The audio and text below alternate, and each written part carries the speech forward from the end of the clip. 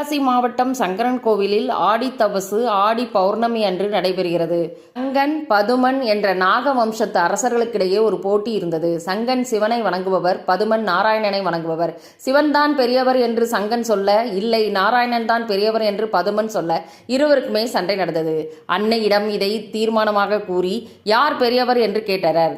ஆனால் அன்னைக்கு தெரியும் ஹரியும் ஹரனும் ஒன்றே என்று. ஹரியாகிய அண்ணனும் ஹரனாகிய நீங்களும் ஒருவர்தான் என்று மக்களுக்கு உணர்த்துங்கள் என்று சொல்லவே, அதற்கு சிவனோ, அவ்வளவு சீக்கிரம் நான் காட்சியளித்து விடுவேனா, நீ தவம் இருக்க வேண்டும் என்று சொன்னார். தவத்திற்கு வரம் கிடைக்கும் நாளும் வந்தது. ஆடி மாதத்தில் பௌர்ணமி தினத்தில் வானத்தின் நிலவு ஒளி வீச ஊசிமுனையில் தவமிருந்த அன்னையின் தவத்தில் மகிழ்ந்த சிவபெருமான் ஆடி பௌர்ணமியில் புன்னைவனத்தில் சங்கரநாராயணனாக அன்னை பார்வதி மட்டுமல்லாது சகல பக்தர்களுக்கும் காட்சியளித்தார். ஹரிஹரனாய் காட்சியளித்தார் இறைவன். பாம்புகள் சங்கன் பதுமன் வழிபட்ட கோயில் என்பதால் இங்கு புற்று இருக்கிறது. நோயுள்ளவர்கள் இந்த மண்ணை நீரில் கரைத்து சாப்பிடுகின்றனர். சரும நோய்கள் நீங்கும்.